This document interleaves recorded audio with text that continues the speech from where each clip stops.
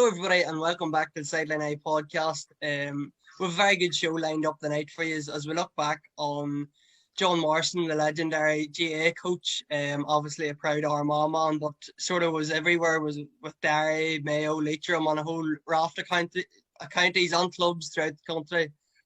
So I think everybody in the GA has a good story to tell about John Morrison.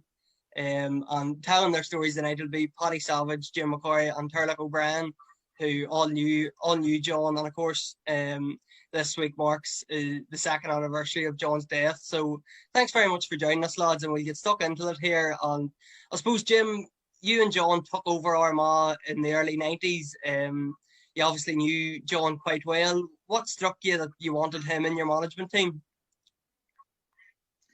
Well, I think the first thing, Sean, did you mention Armagh as one of the teams that he'd actually managed? There are not a great list of all these counties he's managed. No, he was, but he will tell you he was manager and I was assistant manager, but I've been telling McGeady that for his last 3 years. He didn't believe me either, so listen, I'll tell you the thing about John was at that time, whenever I was asked to take on Armagh, I was back in 91, and I remember it actually well because Father Haggerty was due to come back in as manager, and I'd been coaching in Caleeby for a couple of years and was really enjoying it, first sort of club and enjoying getting stuck in. And I was asked by Father Haggerty, would I come in and do assistant manager trainer of the team at that time? I was absolutely delighted to do that. But Father Haggerty, God rest him, he couldn't do it in the end. So the county board then, representatives asked to meet me at the time. I remember it was an interesting meeting to say the least on it, but I went thinking they were going to say this is the new manager who's been coming in, and I want to still to stay on as trainer, but they asked me to do manager. To my surprise at that particular time, but I remember actually thinking at the time then and his name come up at that night, at meeting that night, as a suggested assistant manager trainer for the team, because he had a great reputation with club, even with I think he was actually with Blackwater Town that particular year as well, and he was building up the reputation even that far back for his innovative training techniques, which he's been famous for throughout, on his shy way of putting things over, shall we say, So I'd known John as well, so I contacted him, first person on the list I contacted, and he said, where and when, Jim? And he came on board, and it was 4 fantastic years. We developed a great friendship. We had some laughs traveling together on the long roads, the training sessions and matches, and he was fun to be with. He was a brilliant character. Stories galore, which I was still hearing before he died, God rest him. I was still hearing the same stories I heard in 1981. But you still would have to laugh at it. He was a real gentleman, as everybody knew, and at Armagh, right to the core. But wherever he went, he gave it 100%, had a great reputation, and was remembered very fondly by everybody who came across him in football and in life generally. And Paddy, what's your memories of John? I'm sure you spoke to him many times, maybe in the media room in Armagh. He was always the first one in it and probably the last out of it. Would you have had many dealings with John yourself? Yeah, well, to be honest, the biggest memory I have of him of these absolutely terrible jokes. Like really awful stuff, sort of Paddy Englishman, Paddy Irish, Paddy Scotsman, sort of, just because I remember I'd be coming into the media room, and I was quite at the start, I was very nervous with doing commentaries. I didn't have a whole pile of experience, and then you'd maybe say, oh well, John, whatever, and he'd say, Paddy, come over here, and I said, this must be something really, really important, and he'd just tell me, maybe 5 minutes before you were going on air or something, 10 minutes before the game, I just tell you some absolutely awful joke, and he's probably doing it to try and distract me. He's probably seen that I was getting overexcited. I suppose one of the first memories I have of him was after I was commentating on my own club in a championship semi-final, and we'd never actually got to the final before, and it was sort of before I'd been involved with the management and that, so it was just I was commentating, and I probably should, in hindsight, I probably shouldn't have been commentating on my own club, but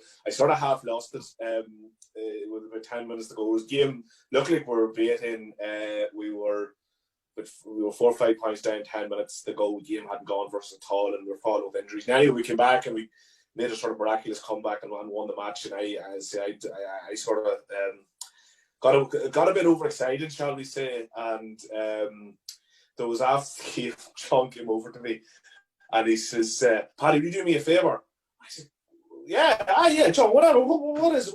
He says, "Will you go? You see, when you're on your way home, will you go into the hospital there just to check that their heart's all right?" He was worried that I was about to have a heart attack, that I'd gone bright red.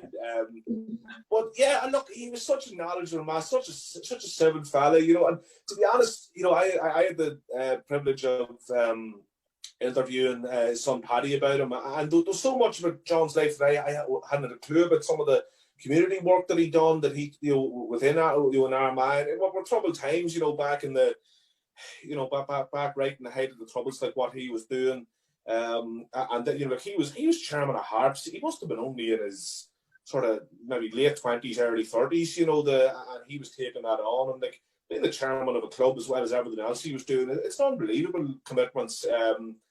But yeah, he's obviously such a knowledgeable figure. Like, I know from my own perspective in terms of sort of having an interest in football and analysis and that sort of thing, you know, it was actually, Turlough, you'd done a piece with, I don't remember, it was one of the media outlets after he had passed away, and then you were outlining just how you'd gone up and how helpful he'd been, and, you know, the how much you thought of him. And to be honest, I remember just listening to the interview, and thinking, God, I had access to all that. You know, I had access to all that information myself. You know, if I had and I never, you know, I regretted that I'd never sort of taken him up on it. You know, because he was obviously going to be only too willing to help.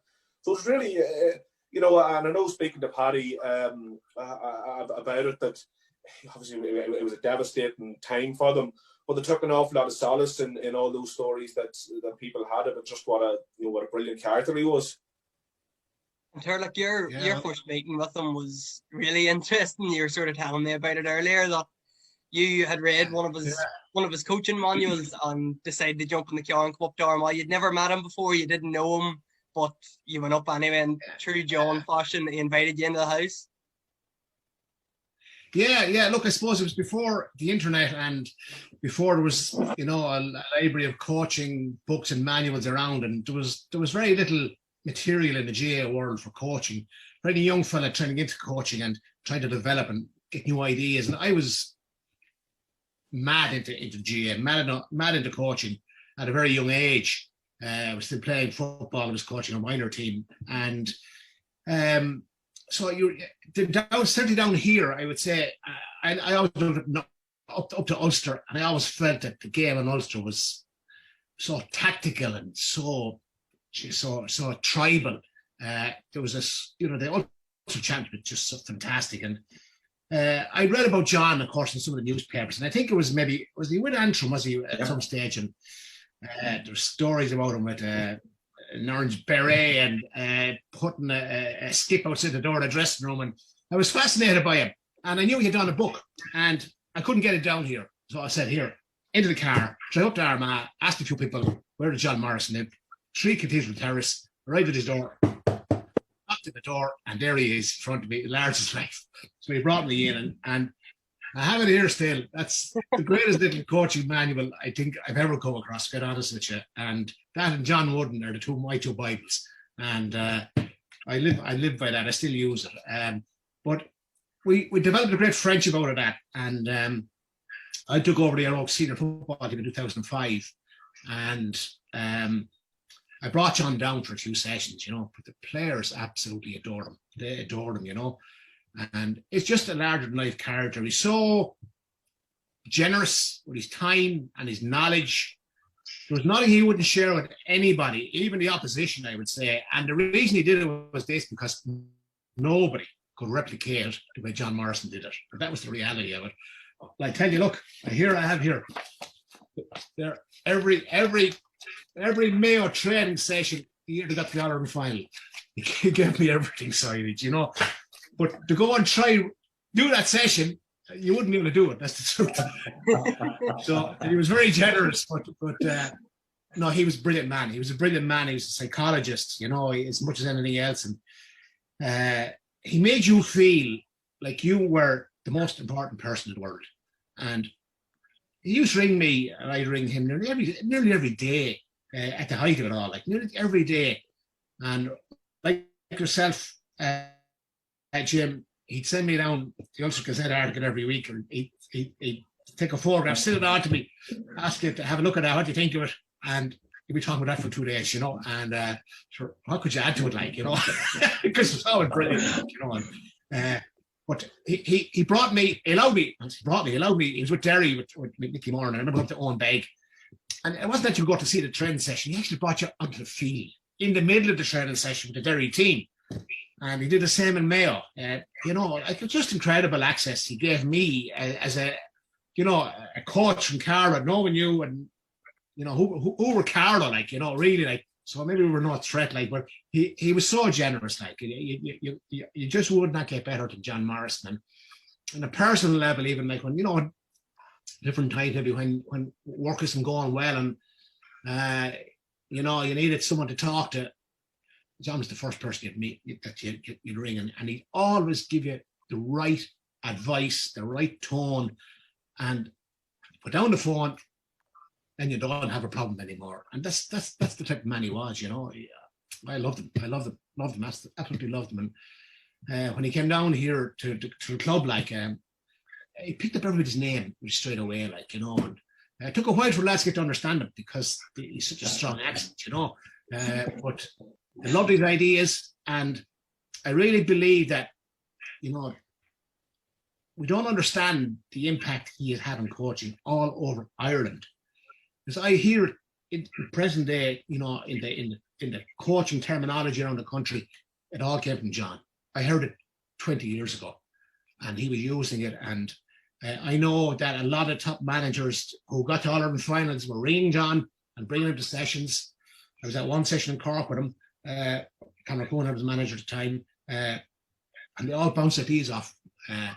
You know, Kerry were on to him, how would you break down the Tyrone defence? You know, he didn't get the credit he deserved. Everybody deferred to him, but not too many said it. And Turlough, you talked about him being a sort of psychologist, like, and I have a few quotes here from him that I'll share with you.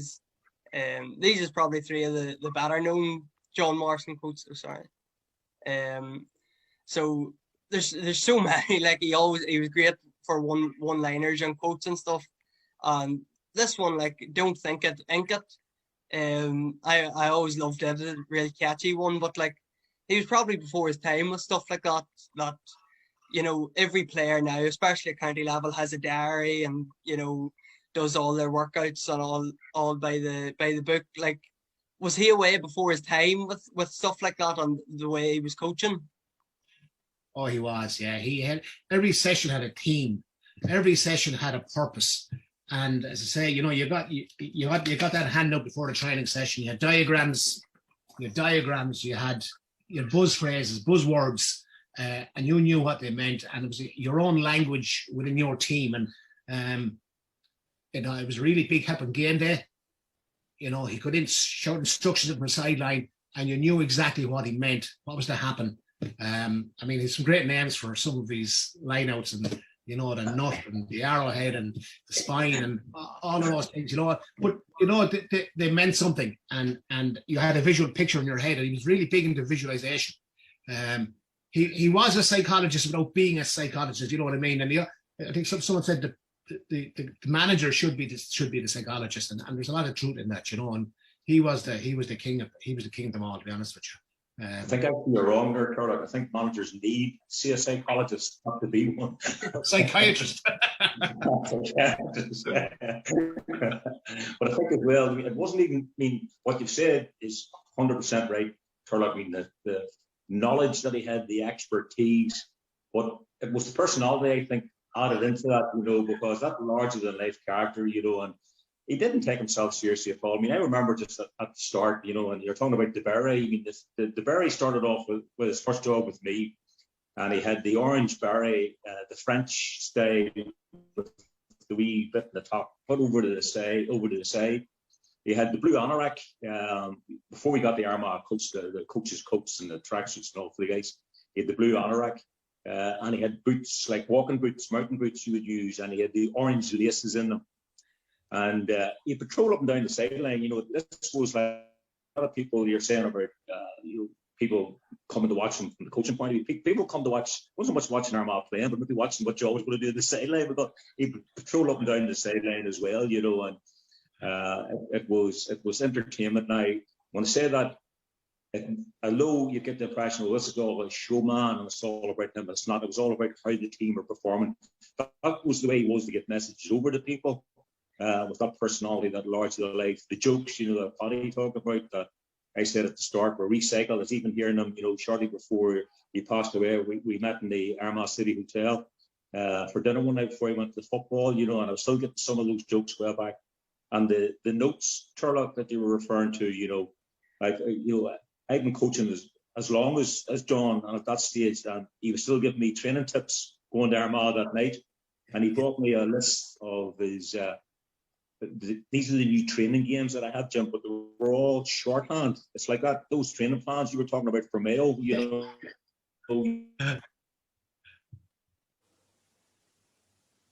try and sort of decipher some of that. When he explained it all made sense, all his wee acronyms for the different drills.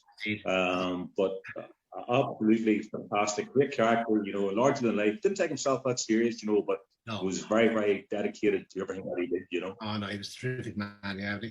Yeah, one of the greatest things he did for us in our club. Eroge, has had a fantastic history and had a great time in the 90s. We won 5 Leinster titles, but after those 5 Leinster titles, we went to a dark place. It looked like we were never going to win another championship, quite honest with you. And that's when I came on board in 2005, because I just got fed up looking at, I didn't want to train any senior team. I just want to train minors. Loved working with minors. But we were making such a dog's dinner of our senior team that I put the name forward anyway, and I became the manager that year. And we went to Loughree College for a weekend, and we had a full weekend with John on the Saturday, and went through so much stuff. We had about 20 lads up, and it's a tough day. And we stayed in Loughree that night. But the next day, the players didn't know this, but the next day we went to Laddie and we played the Derry team that were playing in the All-Ireland quarter-final, I think, a couple of Sundays later. We played a full Derry team, club team from Carlow. The confidence, the belief our lads got out of that, like sharing the pitch, like with Enda Muldoon and Sean Martin Lockhart and these lads. It was just one of the most fantastic things that could ever happen, and the belief they got, and that was a huge thing for us, He just did crazy things at times, They were trying out their game plans, and we were trying to defend against them basically, And we were really pleased with ourselves at the end of the session. We put in a great shift, and just great experience for lads. Yeah, absolutely. Paddy, as Turlough says, like, he come down and helped his club. Like, he was so good like that you could literally ring him and say, look at John, our club we're trying to work on something here, or an underage session, under 12 session or something. Could you come down and give us a hand or give us something? And no problem, he'd have done it, no issue at all. Like, yeah, look, the lads have covered it perfectly. Like, to be that generous with their time, it really speaks. It's the measure of them, and then when you also think that he's passed that on. His son Paddy has a massive interest in coaching as well. Coaching as well, and goalkeeper and coaching and doing something doing something different there. And it's great to see that he's passed that. He's passed that on, but. Yeah, just a gentleman, you couldn't say anything negative about him. Yeah, definitely. Like, he was so. It wasn't even. Go on ahead, Jim. No, I was just saying, even the point that Paddy's saying about it wasn't even just in the football either, because he had health issues. Obviously, that everybody talks about these things afterwards. Everybody talks about how great people are, whenever they're not here. Don't sort of tell them whenever they're here on it, but he did an awful lot of stuff. Paddy touched on some stuff he did in the earlier part, on the club and time during the Troubles, working, the community end of it and working with kids. He did an awful lot of work with kids at underage at that time during very, very difficult times. But even, in terms of the illness, he sat with, we actually shared a surgeon in Craigavon Hospital, because the time I had the cancer I went in, and lost a kidney. He was also been treated with the prostate end of it, and he was involved with the surgeon. He was actually on the Northern Ireland committee as a representative to try and sort of promote, prostate awareness and work on that as well. So he would give up his time, and I sort of thought to myself as well, I could just imagine him going into that committee and going into the first meeting, with all these experts on, men's cancer treatment, and telling them what they needed to do and how they needed to go out disseminating this information. That's the type of character. Yeah. And he would be a big addition to that committee. He would. His talents are unlimited, and he often told me about, working with prisoners during the Troubles and visiting the prisons and the work in the youth club as well at the height of the Troubles, and difficult times to be involved with stuff like that, but he was a great man, and he took his influences from everywhere. He wasn't just football. He was interested in soccer and rugby. He was over in Leicester Tigers there for a few sessions, and anywhere he could get it, he learned as much as he could. He never stopped learning. And he always come up every morning, looked in the mirror, and he says, "I'm getting better looking each day." that was his approach to life. It really was. Like you, Jim. Jim, you were obviously with him in Armagh, as we mentioned, in the early 90s, and I know that a few of the team went on to win All Ireland in 2002, and we'll just see a few of them here. There's obviously more than just these four, but they're probably four of the main ones. You made the National League final in 93, won the McKenna Cup in 94, and obviously a lot of that team went on and won All Ireland in 2002 then.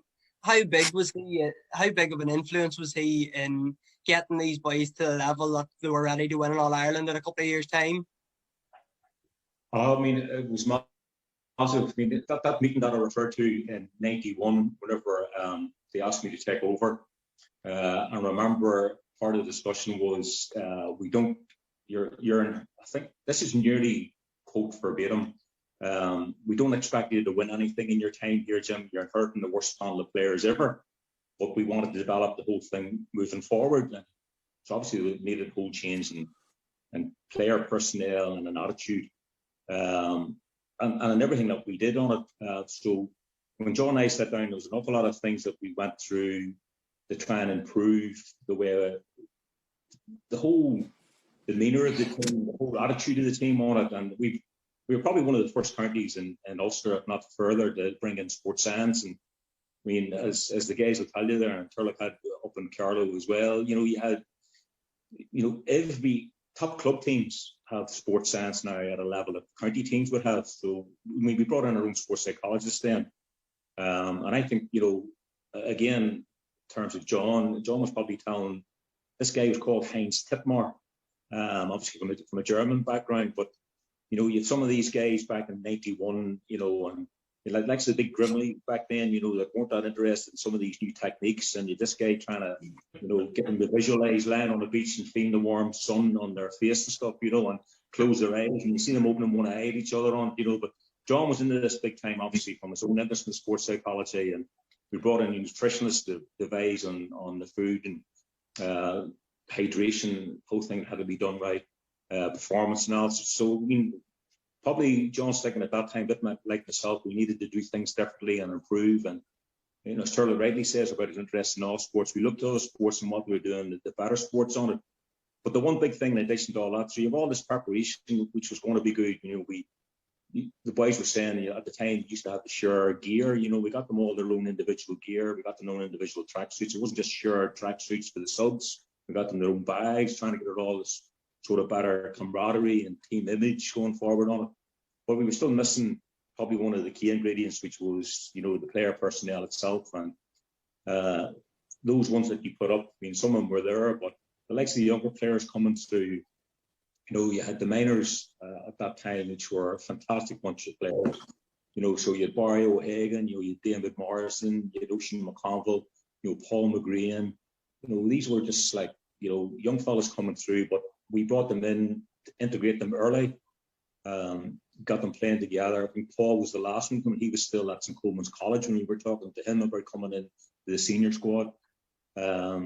And they were integrated really well into the team. And that then, for me and John, because we spoke about it afterwards, quite a few times, that You know, although we got through the National League final during that time, which was actually a great achievement considering, you know, where we started off in '91.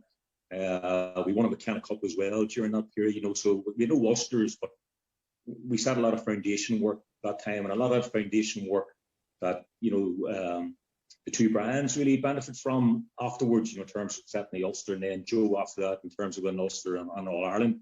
A lot of that was down to the work that John would have done at that particular time with those young players, with his coaching techniques, with the advice that he would give them, you know, and I think that's a real, you know, testimony to, you know, to the type of impact that he would have on teams. It wasn't always, you know, that you would have been getting the cups and winning all the time, but the development, you know, and the one thing I think is a bit of a lie. Somebody asked me, you know, these different teams that you've had on it, you know, what do you look back on? You know, that's the important thing. And the fact that you're still contacted now by guys you would have coached years ago, asking for advice, you know, and still referring to stuff you would have done with them on it, you know, that's a real testament. And certainly, as the guys have said, and Turlough's alluding to, he's known throughout the 32 counties, you know, and he would have helped everybody on it. So I think certainly those guys that you've shown and others that were there, you know, everybody benefited from what he brought to the football field, both from the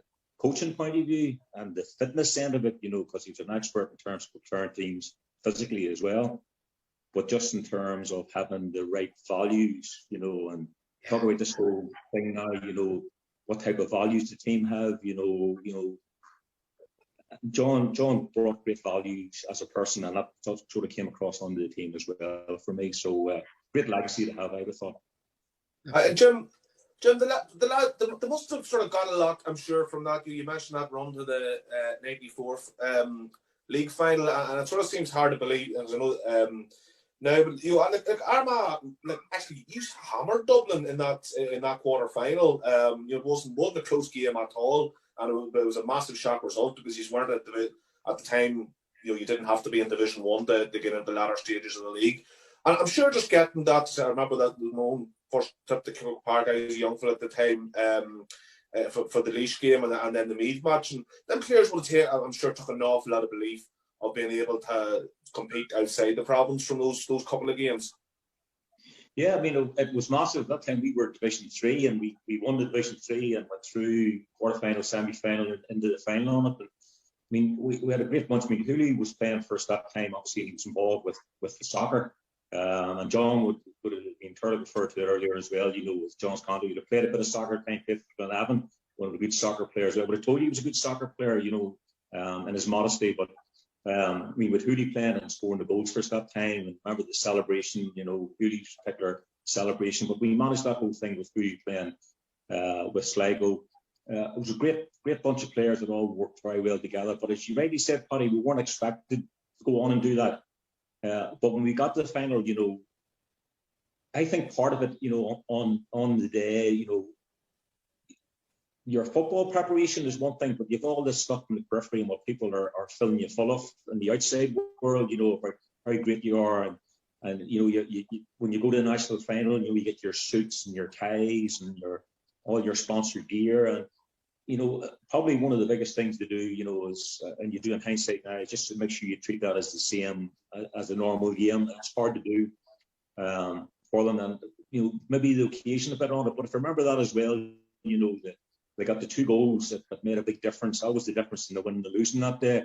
And if they hadn't won, it might have been a different story. But the belief to get there was great. If we'd have got that, I think we'd have kicked on even more at that particular time. But it wasn't to be. But it was a great experience, and one I'm glad that I shared with John, very honest. Like one of the biggest John Morrison stories, obviously we'll take a look at it here. We know all about it. It's very famous at this stage. In 2006, the All-Ireland semi-final against Dublin, and of course Mayo go up and warm up. There's Pillar racking into John. That was the 06 semi-final. Dublin, obviously, as always, they warm up in front of the hill. Mayo come out first. They decided that's where they're going to warm up. Do you think, is that a bit of John's mind games, or maybe was that a decision taken out of the management's hands, maybe? Well, I don't think it was actually his decision, in fairness. I think the players took that on themselves, I think. But the ironic thing is, Pillar and himself were good friends, very good friends before that, you know. So he obviously thought that it's something John would do, and he targeted John with the shoulder in the back, you know. But look, sure, it was a great thing. It was a great thing. It's a great talking point since, you know. But look, he did play mind games. There's no question of it, you know. But I don't think that was one of them. To be fair, you know. But you know, the influence of one man though can make in a county like. It's very hard to understand that one guy can change a whole, you know, culture around the team, like, you know, and you know, John and Mickey, I suppose, when they were in Donegal and Mayo, like, you know, they made an instant impact, really, like, you know, and unfortunately they got shafted in both counties, you know. But John was with Leitrim as well with Mickey, and you know that, you know, like he had a huge influence in Carlow as well. I saw Leitrim like Carlow in the National Football League. I wasn't involved with Carlow. And John and Mickey were managing them, and I could see exactly what they were doing because we had trained them with the club. He'd shown it to us, but when it was all new to our county team, they were so tactically naive at that time in Carlow. You couldn't believe it. That's how far behind we were, like. But you could see the impact though that John's coaching had in Leitrim, and Leitrim and Carlow would have a very small playing population, but it shows you that the right man can make a massive difference in any county, you know, and. He was a master tutor with the GA. There was a group of them, and I really felt that GA didn't maximise what they had there in that group. John was exceptional, like, but I thought they should have used him on a national level much more than they did. You know, I thought he was badly treated, to be honest with you, by Croke Park. I thought he had so much more to offer, and that group they were doing great work, and. Maybe they were seen as a threat, I don't know. But, he was outstanding, like, and he was a maverick. He mightn't agree with everything that Fisher maybe wanted, you know, but I think there was their loss, you know. Lads, that's all I have time for. Thanks very much. Sorry, Sean, I'm going to have to, Sean, can I don't know, and this will take me too, but I couldn't leave it without saying the big thing that I will remember John for, and it's actually not, it's the county final back in 2017, and Turlough, you mightn't just know, but his son Paddy pulled off wonder save, the best save that you'll ever see in Armagh club football. And the thing I always remember about John is just the look of delight on his face and just how proud he was. And that was not he done all them wonderful things himself, but I'd say he never got more of a kick than he did from that save. And I thought it would have been a pity for us to finish, Sean, without mentioning. Poor Joe McManus didn't get a lift home. I think he used to get a lift home with John, and John in his excitement had to go down to the Hearts dressing room and tell poor Joe that he just had to wait for his lift.